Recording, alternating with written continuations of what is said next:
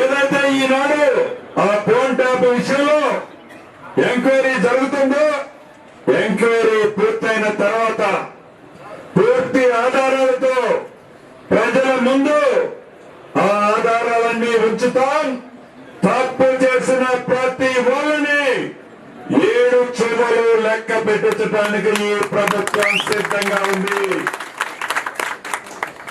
అంతేకాదు, కాంగ్రెస్ వచ్చింది, కారు వచ్చింది అని ఏవైతే సొల్లు వాగుడు వాగుతున్నారో, ఈ కాంగ్రెస్ ప్రభుత్వం ప్రజల దీవెనలతో అధికారంలోకి వచ్చింది డిసెంబర్ 9వ తారీఖు నాడు.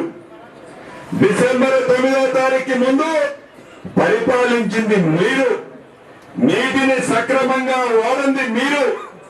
సుమారు 46,000 కోట్లతో మిషన్ భగీరథ కార్యక్రమాన్ని ఏర్పాటు చేసి ప్రతి గ్రామానికి మినరల్ వాటర్ వేస్తానని గొప్పలు చెప్పిన ఆనాటి ముఖ్యమంత్రి ఈనాడు సుమారు 60% గ్రామాలకి, 60% ప్రజలకి మంచినీళ్లు ఆనాడు ప్రభుత్వం చేసిన తప్పుల వల్ల ఈనాడు మంచినీళ్లు కూడా ఇవ్వలేని పరిస్థితి ఉంది.